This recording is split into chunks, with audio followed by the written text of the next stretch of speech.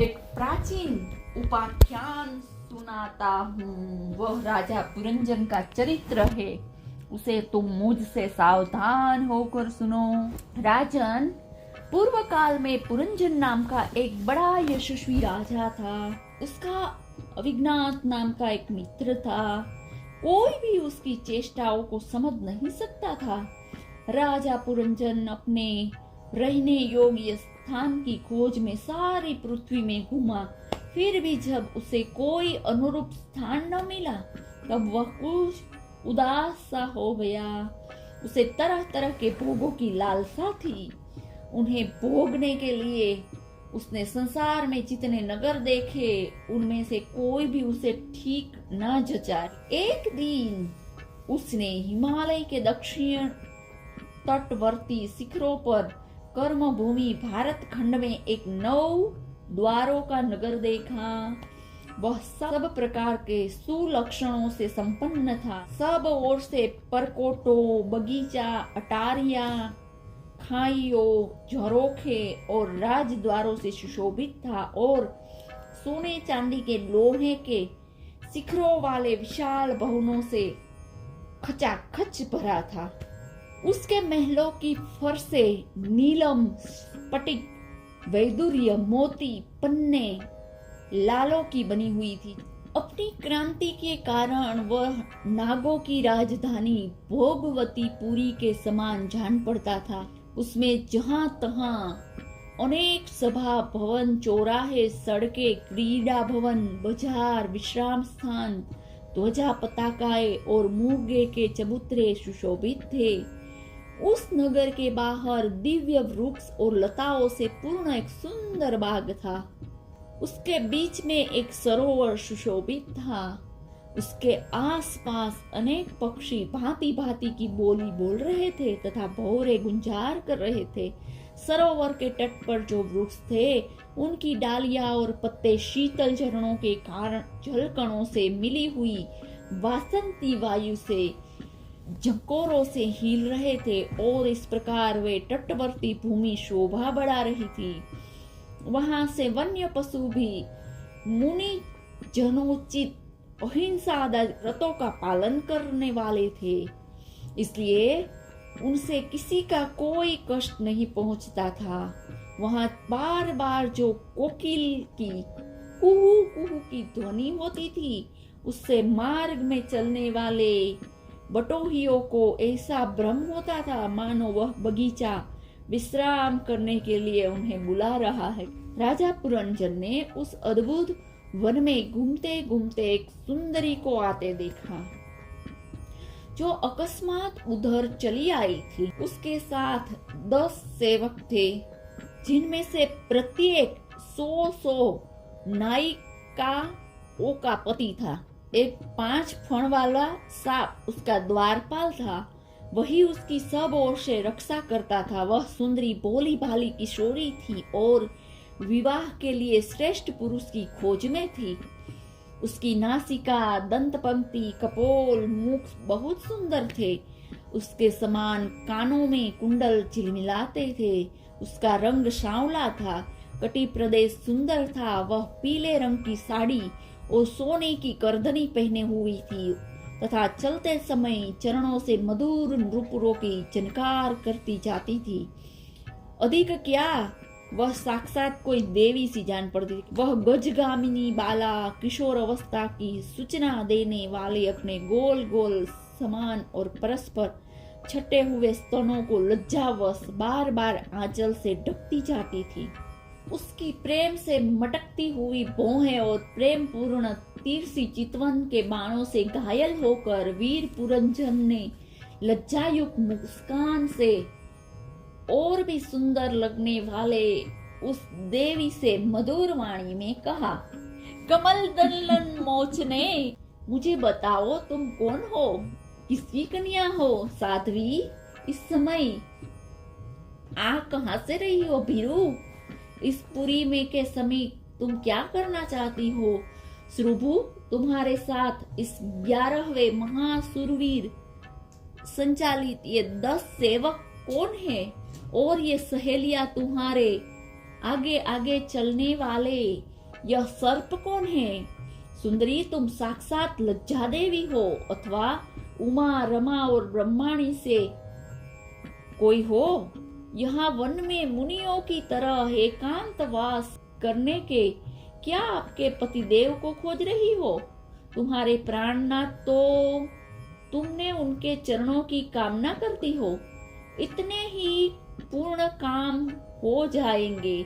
अच्छा, यदि तुम साक्षात कमला देवी हो तो तुम्हारे हाथ का क्रीड़ा कमल कहाँ गिर गया? सुभगे, तुम इनमें से तो कोई हो नहीं, क्योंकि तुम्हारे चरण पृथ्वी को स्पर्श कर रहे हैं। अच्छा, यदि तुम कोई मानवी ही हो तो लक्ष्मी जी जिस प्रकार भगवान विष्णु के साथ वैकुंठ की शोभा बढ़ाती है, उसी प्रकार तुम मेरे साथ इस श्रेष्ठ पुरी को अलंकृत करो। देखो, मैं बड़ा ही वीर और पराक्रमी हूँ, परंतु आज तुम्हारे कटाक्षों ने मेरे मन को बेकाबू कर दिया। तुम्हारी लज्जीली और रतिभाव से भरी मुस्कान के साथ पोहों के संकेत पाकर यह शक्तिशाली कामदेव मुझे पीड़ित कर रहा है। इसलिए सुंदरी, अब तुम्हें मुझ पर कृपा करनी चाहिए। सुचिस्मिते, सुंदर भौहें और सुघड़ नेत्रों से सुशोभित तुम्हारा मुखारविंद इन लंबी लंबी काली अलकावलियों से घिरा हुआ है। तुम्हारे मुख से निकले हुए वाक्य बड़े ही मीठे और मन हरने वाले हैं, परंतु वह मुख तो लाज के मारे मेरी ओर होता ही नहीं। जरा ऊंचा करके अपने उस सुंदर मुखड़े का मुझे दर्शन कराओ। श्री नारद जी ने कहा, वीरवर, जब राजा पुरंजर ने अधीर से होकर यह प्रकार याचना की, तब उस बाला ने भी हंसते हुए उसका अनुमोदन किया।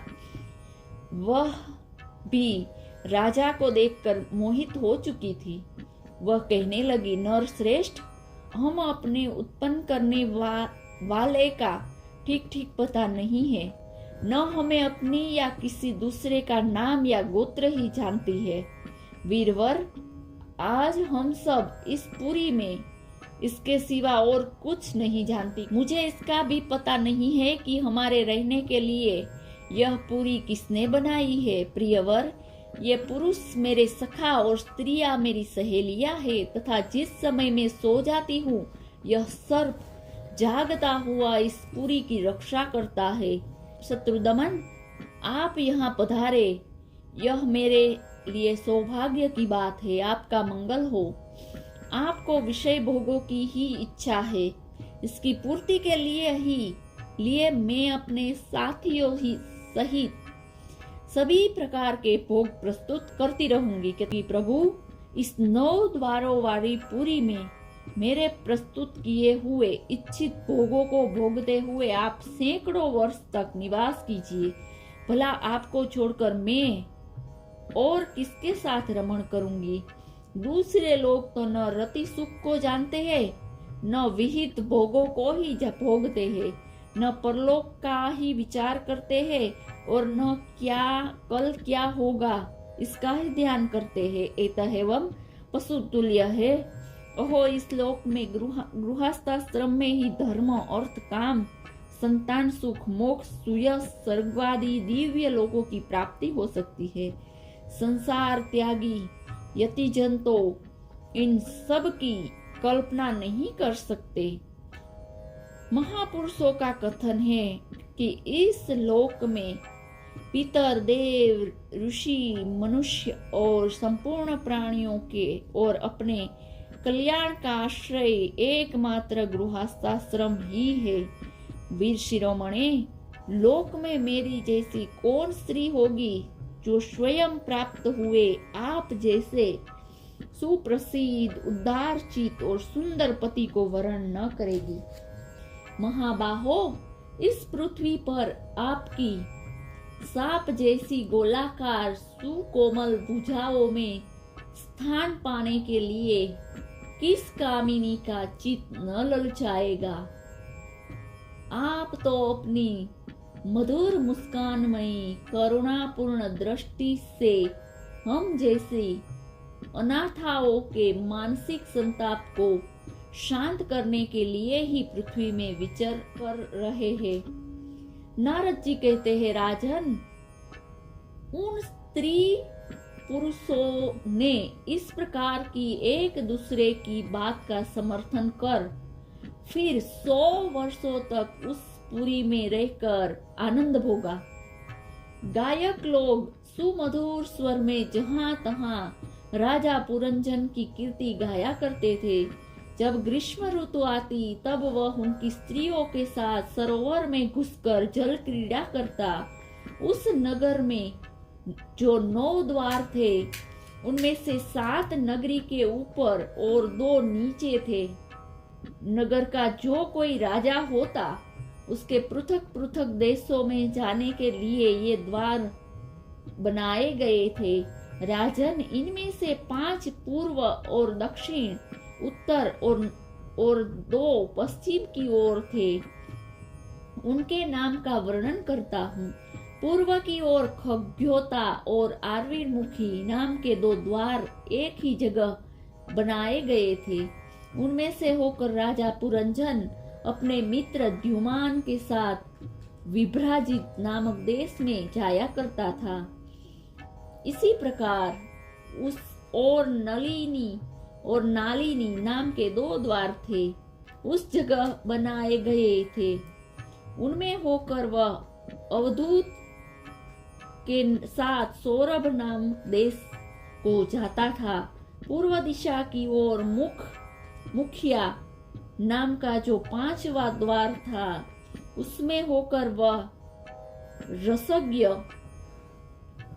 और विपण के साथ क्रमशः बहुदन और आपण नाम के देश को जाता था। पुरी के दक्षिण की ओर जो पितृहु नाम का द्वार था, उसमें होकर राजा पुरंजर श्रुतधर के साथ दक्षिण पांचाल देश को जाता था।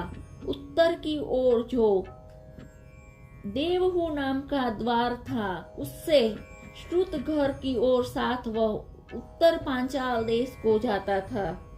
उत्तर की ओर जो देवहु नाम का द्वार था, उससे श्रुतघर के साथ वह उत्तर पांचाल देश को जाता था। पश्चिम दिशा में आशुरी नाम का दरवाजा था, उससे होकर वह दुमर्द 7 ग्रामक देश को जाता था तथा निवृत्ति नाम का जो दूसरा पश्चिमी द्वार था, उससे वह लुबगधक के साथ वह वैशस नाम के देश को जाता था।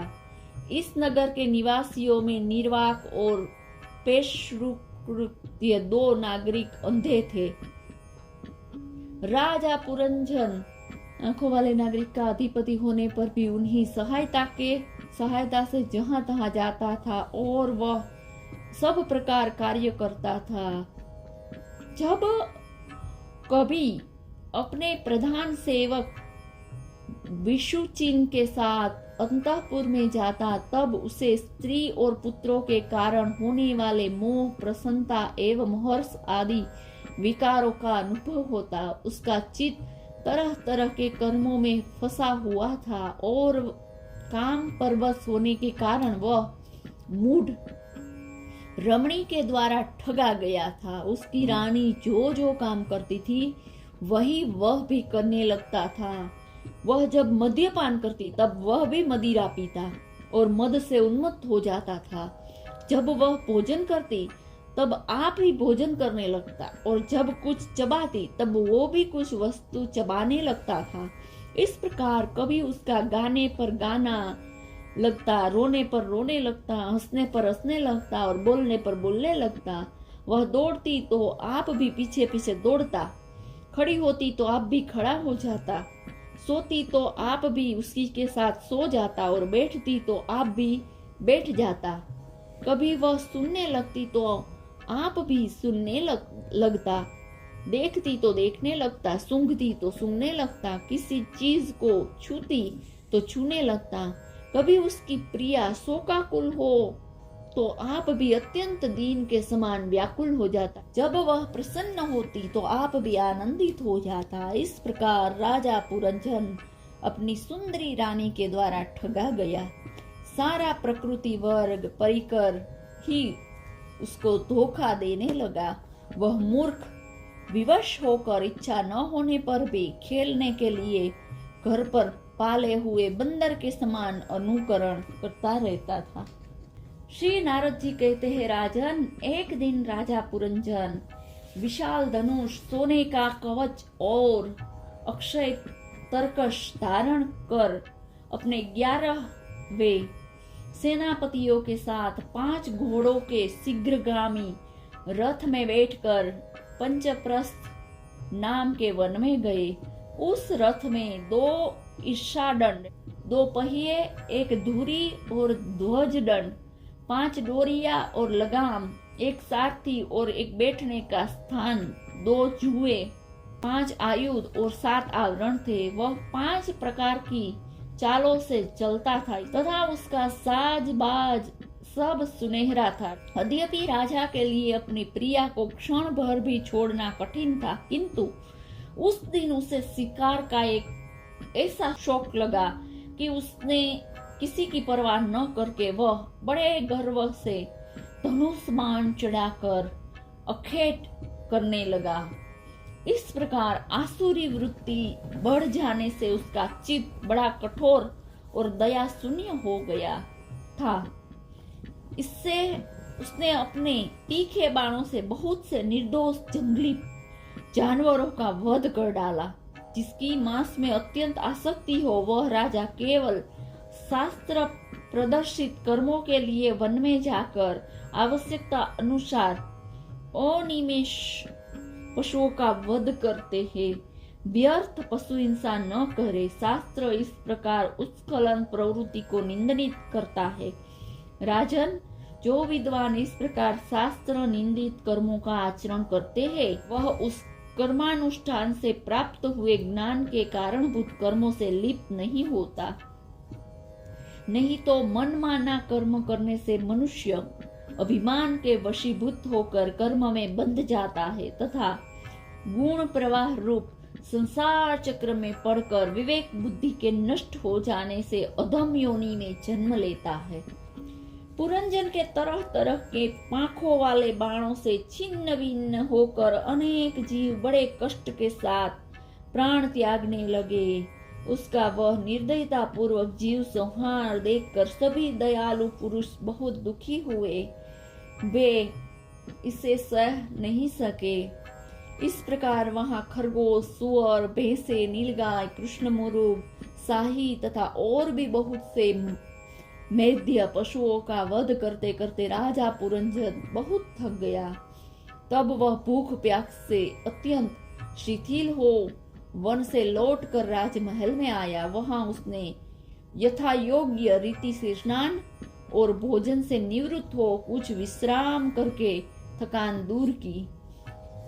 फिर गंध, चंदन और माला आदि से सुसज्जित होकर सब अंगों में सुंदर सुंदर आभूषण पहने। तब उसे अपनी प्रिया की याद आई। वह भोजनादि से तृप्त, हृदय से आनंदित, मद से उन्मत्त और काम से व्यथित होकर अपनी सुंदरी भार्या को ढूंढने लगा, किंतु उसे वह कहीं भी दिखाई न दी। प्राचीन बही, तब उसने चित्त में कुछ उदास होकर अंतःपुर की स्त्रियों से पूछा, सुंदरियों, अपनी स्वामिनी के सहित तुम सब पहले की तरह कुशल से तो हो ना? क्या कारण है आज इस घर की संपत्ति पहले जैसी सुहावनी नहीं जान पड़ती? घर में माता और पति परायण भार्या न हो तो वह घर बिना पहियों के रथ के समान हो जाता है। फिर उसमें कौन बुद्धिमान दिन पुरुषों के समान रहना पसंद करेगा? अतः बताओ, वह सुंदरी कहाँ है जो दुख समुद्र में डूबने पर मेरी विवेक बुद्धि को पद पद पर जागृत करके मुझे उस संकट से उबार लेती है? स्त्रियों ने कहा, नरनाथ, मालूम नहीं आज आपकी प्रिया ने क्या ठानी है।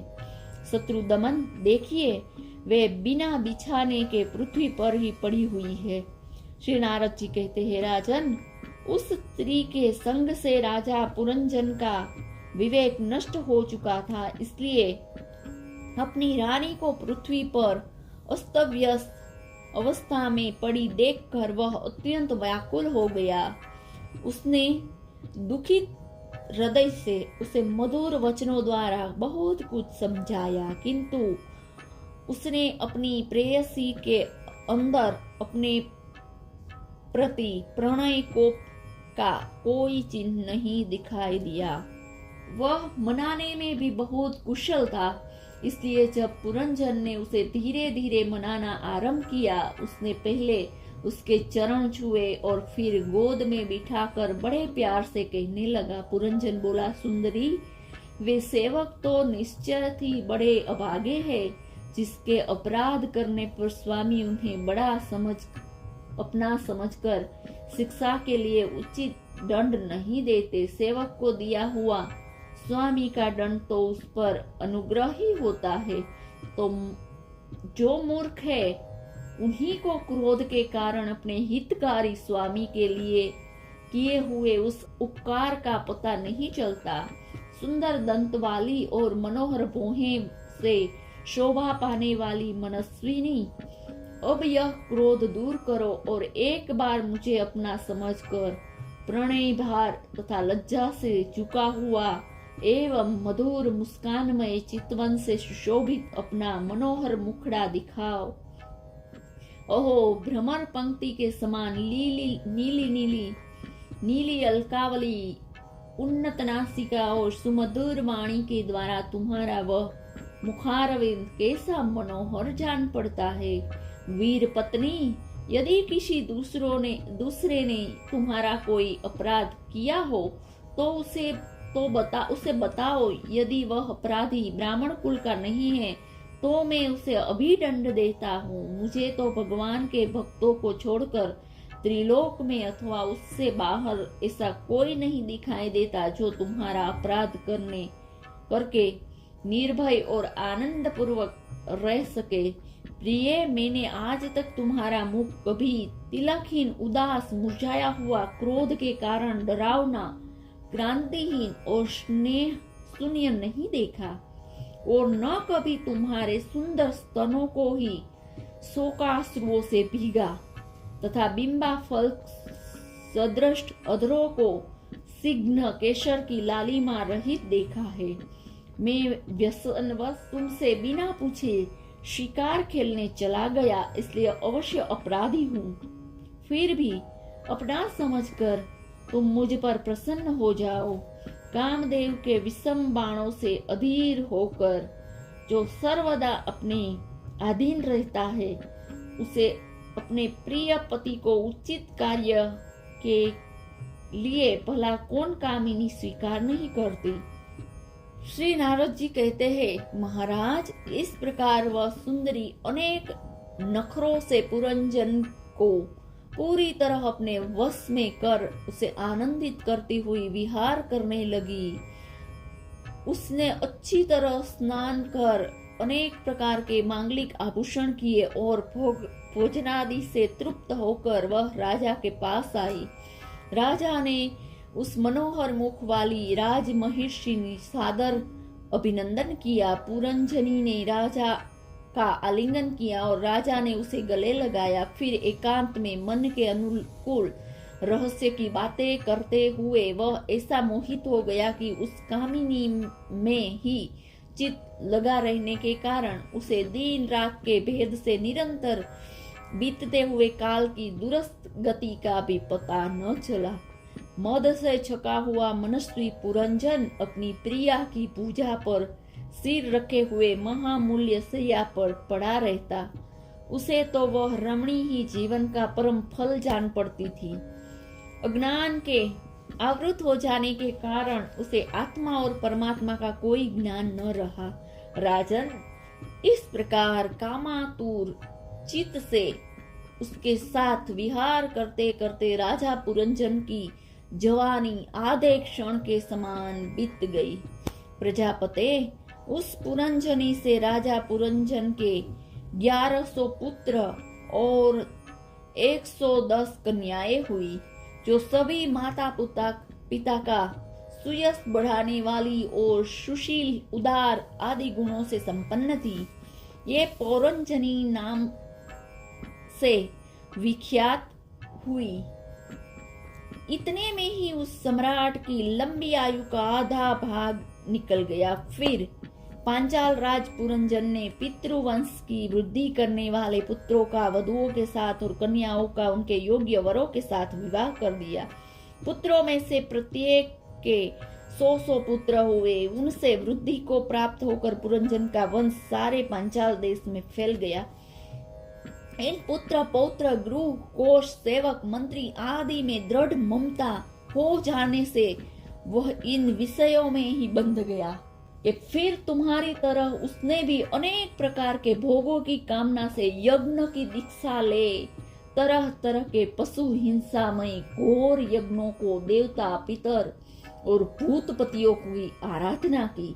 इस प्रकार वह जीवन भर आत्मा का कल्याण करने वाले कर्मों की ओर असावधान और कुटुंब पालन में व्यस्त रहा। अंत में वृद्धावस्था का वह समय आ पहुंचा जो स्त्री लंपट पुरुष को बड़ा ही अप्रिय होता है। राजन, चंडवेग नाम का एक गंधर्वराज है। उसके अधीन 360 महाबलवान गंधर्व रहते हैं। इनके साथ मिथुन भाव से स्थित कृष्ण और शुक्ल वर्ण की उतनी ही गंधर्विया भी है। ये बारी बारी चक्कर लगाते हैं। भोग विलास की सामग्रियों से भरी नगरी को लूटती रहती है। गंधर्वराज चंडवेग के उस अनुचरों ने जब राजा पुरंजन का नगर लूटना आरंभ किया तब उन्हें 5 फन के सर्प प्रजागण ने रोका। यह पुरंजनपुरी की चौकी सी करने वाला महाबलवान सर्प 100 वर्ष तक अकेला ही उन 720 गंधर्व गंधर्वियों से युद्ध करता रहा। बहुत से वीरों के साथ अकेले ही युद्ध करने के कारण अपने एकमात्र संबंधी प्रजागर को बलहीन हुआ देख राजा पुरंजन को अपने राष्ट्र और नगर में रहने वाले अन्य बांधवों के सहित बड़ी चिंता हुई। वह इतने दिनों तक पांचाल देश के उस नगर में अपने दूतों द्वारा लाए हुए कर को लेकर विषय भोगों में मस्त रहता था। स्त्री के वशीभूत रहने के कारण इसी से अवश्यंभावी भय का पता ही न चला। ब्राह्मण इन्हीं दिनों काल की एक कन्या वर की खोज में त्रिलोकी में भटक रही, फिर भी उसे किसी ने स्वीकार नहीं किया। वह काल कन्या जरा बड़ी भाग्यहीना थी, इसलिए लोग उसे दुर्भागा कहते हैं। एक बार राजर्षि पुरु ने पिता को अपना यौवन देने के लिए अपनी इच्छा से उसे वर लिया था। इससे प्रसन्न होकर उसने उन्हें राज्य प्राप्ति का वर दिया। एक दिन मैं ब्रह्मलोक से पृथ्वी पर आया तो वह घूमती घूमती मुझे भी मिल गई। तब मुझे नैष्ठिक ब्रह्मचारी जानकर भी कामातुर होने के कारण उसने वरना चाहा। मैंने उसकी प्रार्थना स्वीकार नहीं की। इस पर उसने अत्यंत कुपित होकर मुझे यह दूषण शाप दिया कि तुमने मेरी प्रार्थना स्वीकार नहीं की, अतः तुम एक स्थान पर अधिक देर तक ठहर न सकोगे। तब मेरी ओर से निराश होकर उस कन्या ने मेरी सम्मति से यवनराज भय के पास जाकर उसका पति रूप से वरण किया और कहा, वीरवर, आप यवनों में श्रेष्ठ है। मैं आपसे प्रेम करती हूँ और पति बनाना चाहती हूँ। आपके प्रति किया हुआ जीवों का संकल्प कभी विफल नहीं होता। जो मनुष्य लोक अथवा शास्त्र की दृष्टि से देने योग्य वस्तु का दान नहीं करता और जो शास्त्र दृष्टि से अधिकारी होकर भी ऐसा दान नहीं लेता, वे दोनों ही दुराग्रही और मूढ़ है, अतः एवं शोचनीय है। भद्र, इस समय में आपकी सेवा में उपस्थित हुई हूँ। आप मुझे स्वीकार कीजिए, अनुग्रहित कीजिए, और पुरुष का सबसे बड़ा धर्म दीनों पर दया करना ही है। काल कन्या की बात सुनकर यवन राज ने विधाता का एक गुप्त कार्य करने की इच्छा से मुस्कुराते हुए उससे कहा, मैंने योग दृष्टि से देखकर तेरे लिए एक पति निश्चित किया है।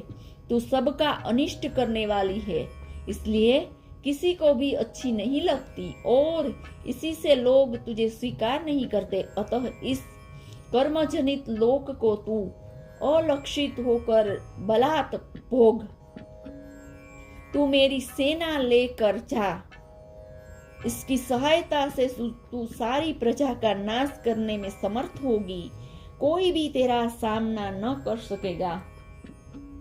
यह प्रजावर नामक मेरा भाई है और तू मेरी बहन बन जा। तुम दोनों साथ में अव्यक्त गति से भयंकर सेना लेकर सारे लोक में विचरूंगा। नारद जी कहते हैं, राजन, फिर भय नामक यवनराज के आज्ञाकारी सैनिक प्रज्वार और काल कन्या के साथ इस पृथ्वी तल पर सर्वत्र विचरने लगे। एक बार उन्होंने बड़े वेग से बूढ़े सांप से सुरक्षित और संसार की सब प्रकार की सुख सामग्रियों से संपन्न पुरंजनपुरी को घेर लिया।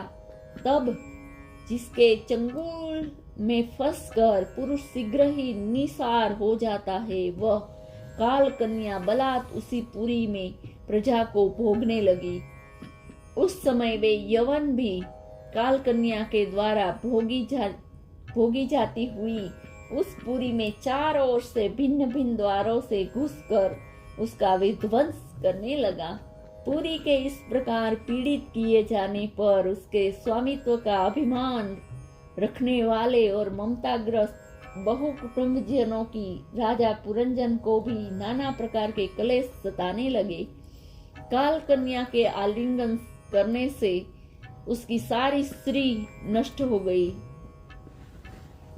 तथा अत्यंत विषयासक्त होने के कारण वह बहुत दीन हो गए। उसकी विवेक शक्ति सारा ऐश्वर्य लुट गया। उसने देखा कि सारा नगर नष्ट भ्रष्ट हो गया है। पुत्र पौत्र भृत्य और आत्मा अमात्य वर्ग प्रतिकूल होकर अनादर करने लगे। स्त्री स्नेह शून्य हो गई। मेरी देह को काल कन्या ने वश में कर रखा है और पांचाल देश शत्रुओं के हाथ में पड़कर भ्रष्ट हो गया है। यह सब देखकर राजा पुरंजन अपार चिंता में डूब गया और उसे उस विपत्ति से छुटकारा पाने का कोई उपाय न दिखाई दिया। काल कन्या ने जिन्हें निसार कर लिया था, उन्हीं भोगों की लालसा से वह दीन था। अपनी पारलौकिक गति और बंधुजनों के स्नेह से वंचित रहकर उसका चित्त केवल स्त्री और पुत्र के लालन पालन में ही लगा हुआ था।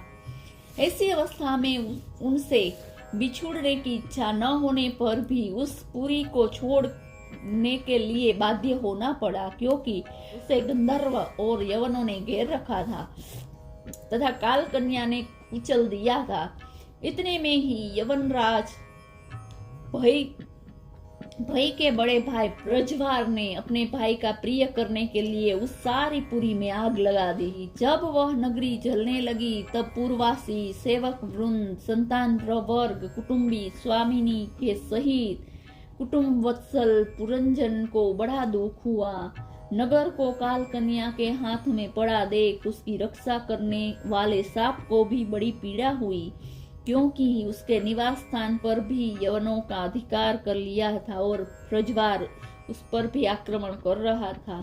जब उस प्रकार नगर की रक्षा करने में सर्वथा असमर्थ हो गया, तब जिस प्रकार जलते हुए वृक्ष के कोटर में रहने वाले सर्प उससे निकल जाना चाहते हैं, उसी प्रकार उसने भी महान कष्ट से कांपते हुए वहां से भोगों की इच्छा की और उसके अंग प्रत्यंग ढीले पड़ गए तथा गंधर्वों ने उसकी सारी शक्ति नष्ट कर दी। अतः जब यवन शत्रुओं ने उसे जाते देखकर रोक लिया, तब वह दुखी होकर रोने लगा। गृहासक्त पुरंजन गेहादि में मैं और मेरेपन का भाव रखने से अत्यंत बुद्धिहीन हो गया था। स्त्री के प्रेम पास में फंसकर वह बहुत दिन हो गया था। अब जब उसने बिछुड़ने का समय उपस्थित हुआ, तब वह अपने पुत्र पुत्री, पुत्र पौत्र, पुत्र वधु, दामाद, नौकर, घर, खजाना, अन्य पदार्थों में उसकी ममता पर शेष थी। उसका भोग तो कब का छूट गया था। उन सब के लिए इस प्रकार चिंता करने लगा, हाय मेरी भार्या बहुत गृहस्थ वाली है, जब मैं परलोक को चला जाऊंगा तब यह असहाय होकर किस प्रकार अपना जीवन निर्वाह करेगी। इसे इन बाल बच्चों की चिंता ही खा जाएगी। यह मेरे भोजन के बिना भोजन नहीं करती थी और स्नान किए बिना स्नान नहीं करती थी, सदा मेरी ही सेवा में तत्पर रहती थी। मैं कभी रूठ जाता तो यह भी बड़ी भयभीत हो जाती थी और झिझकने लगता तो डर के मारे मुंह चुप रह जाती थी। मुझसे कोई भूल हो जाती तो यह मुझे सचेत करती थी। मुझ में इसका इतना अधिक स्नेह है कि यदि मैं कभी परदेश चला जाता तो यह विरह व्यथा से सूख कर कांटा हो जाती। यो तो यह वीर माता है तो भी मेरे पीछे क्या यह गृहाश्रम का व्यवहार चला सकेगी। मेरे चले जाने पर एकमात्र मेरे ही सहारे रहने वाले ये पुत्र पुत्री ये कैसे जीवन धारण करेंगे। यों तो बीच समुद्र में नाव टूट जाने से व्याकुल हुए यात्रिकों के समान बिलबिलाने लगेंगे। यद्यपि ज्ञान दृष्टि से उसे शोक करना उचित नहीं था, फिर भी अज्ञानवश राजा पुरंजन इस प्रकार दुर्दीन बुद्धि अपनी स्त्री पुत्रादि के लिए शोकाकुल हो रहा था। इसी समय उसे पकड़ने के लिए वहां भय नामक यवनराज आ धमका। जब यवन लोग उसे पशु के समान बांधकर अपने साथ को स्नान को ले चले, तब उसके अनुचरण अत्यंत आतुर और शोकाकुल होकर उसके साथ हो लिए। यवनों के द्वारा रोका हुआ सर्प भी उसे उस पुरी को छोड़कर उसके साथ ही चल दिया। उसके जाते ही सारा नगर छिन्न भिन्न होकर अपने कारण में लीन हो गया। इस प्रकार महाबली यवनराज ने बलपूर्वक खींचकर भी राजा पुरंजन के अज्ञान और अपने हितैषी एवं पुराने मित्र अविघ्नात का स्मरण नहीं किया। उस निर्दयी राजा ने जिन यज्ञ पशुओं की बलि दी थी, वे उसकी दी हुई पीड़ा को याद करके उसे क्रोध पूर्वक ठुखारे से काटने लगे। वह वर्षों तक विवेकहीन अवस्था में अपार अंधकार में पड़ा निरंतर कष्ट भोगता रहा।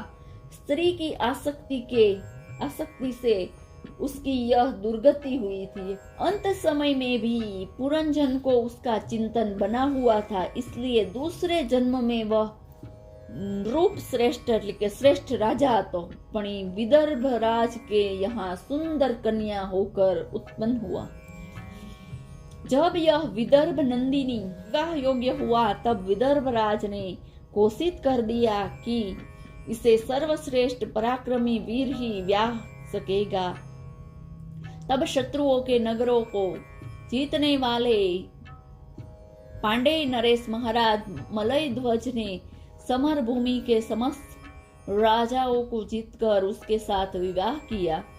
इससे महाराज मलय ध्वज ने एक श्याम लोचना कन्या और उससे छोटे 7 पुत्र उत्पन्न किए और जो आगे चलकर द्रविड़ देश के 7 राजा हुए। राजन फिर उनमें से प्रत्येक पुत्र बहुत पुत्र उत्पन्न किए और जिसके वंशधर इस पृथ्वी को मनवंतर तक अंत तक तथा उसके बाद भी भोगेंगे। राजा मलयराज की पहली पुत्री बड़ी व्रतशीला थी। उसके साथ अगस्त्य ऋषि का विवाह हुआ और उनके दृढ़च्युत नाम का पुत्र हुआ और दृढ़च्युत के इद्मवाह हुआ।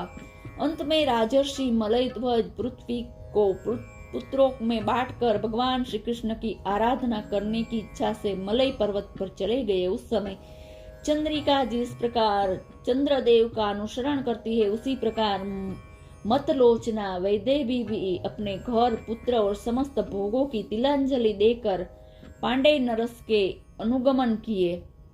वहां चंद्रवत्सा, ताम्रपर्णी और वटोदक्का नामक 3 नदियां थी। उनके पवित्र जल में स्नान करके वे प्रतिदिन अपने शरीर और अंतःकरण को निर्मल करते थे। वहां रहकर उन्होंने कंद, बीज, फूल, फल, पुष्प, पत्ते, तृण और जल से ही निर्वाह करते हुए बड़ा कठोर तप किया।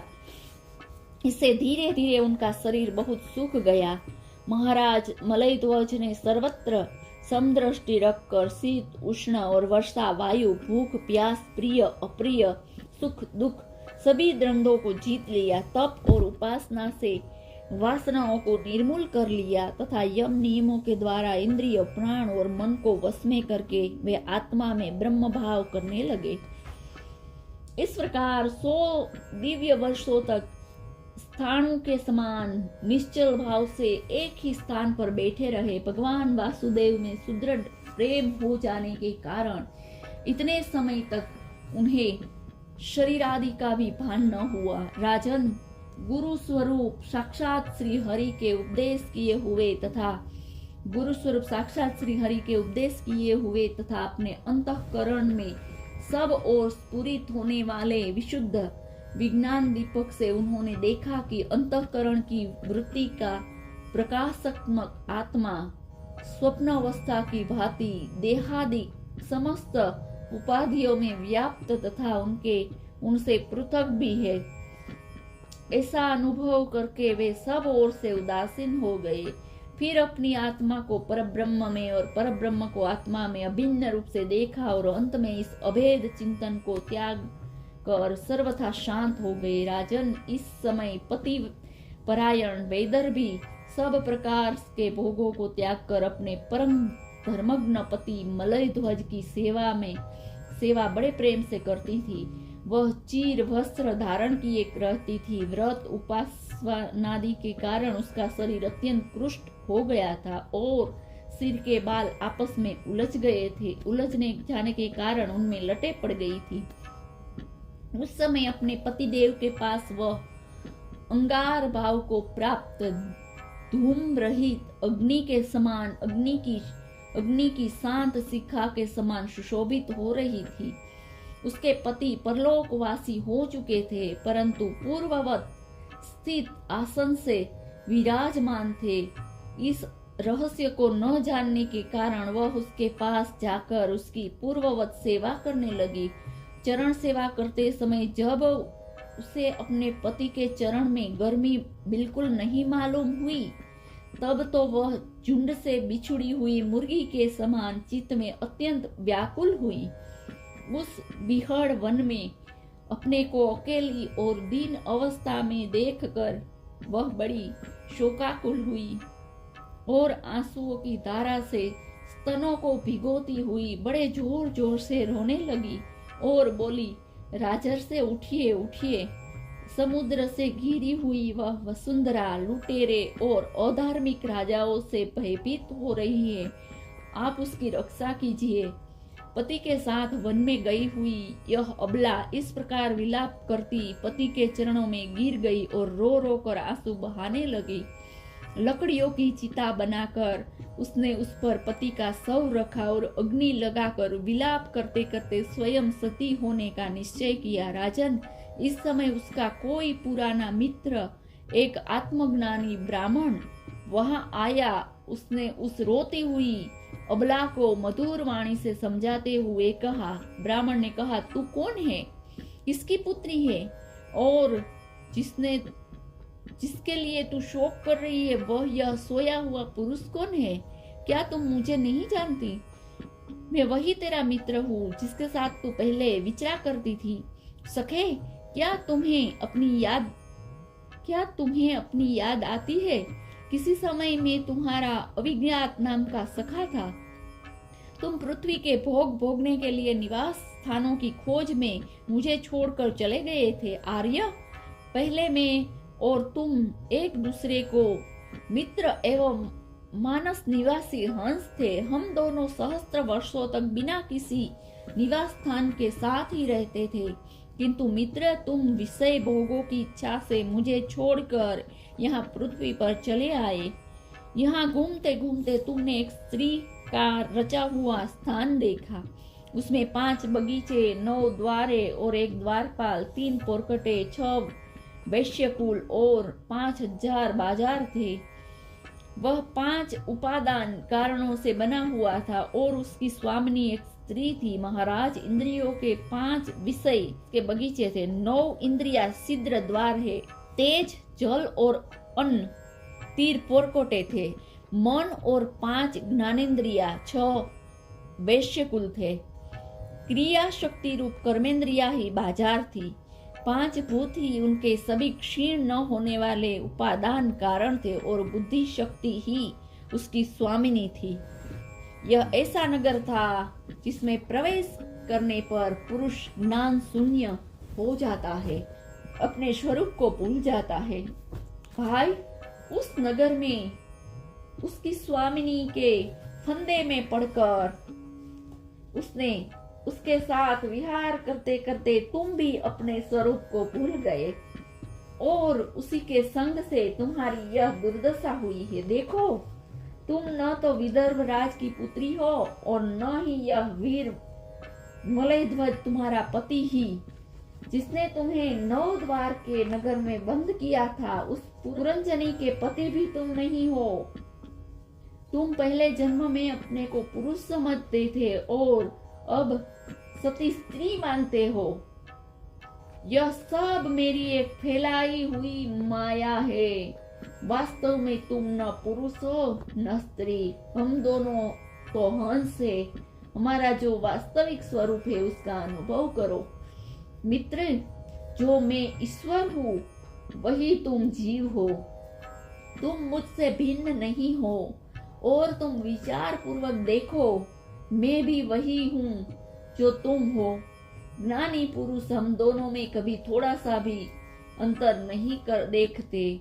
जैसे एक पुरुष अपने शरीर की परछाई को शीशे में और किसी व्यक्ति के नेत्र में भिन्न भिन्न रूप से देखता है, वैसे ही एक आत्मा विद्या और अविद्या की उपाधि के भेद से अपने को ईश्वर और जीव के रूप को 2 प्रकार से देखता है। इस प्रकार जब हंस ईश्वर ने उसे सावधान किया, तब वह मान सरोवर का हंस जीव अपने स्वरूप में स्थित हो गया और उसे अपने मित्र के विछोहने से भूला हुआ आत्मज्ञान फिर प्राप्त हुआ। प्राचीन बही, मैंने तुम्हें प्रत्यक्ष परोक्ष रूप से यह आत्मज्ञान का दिग्दर्शन कराया है, क्योंकि जगतकर्ता जगदीश्वर को परोक्ष वर्णन ही अधिक प्रिय है। यदि आपको यह वीडियो अच्छा लगा है मित्रों, तो अपने परिवार और दोस्तों के साथ भी शेयर कीजिएगा ताकि उसको भी लाभ मिल सके। जय श्री राधे।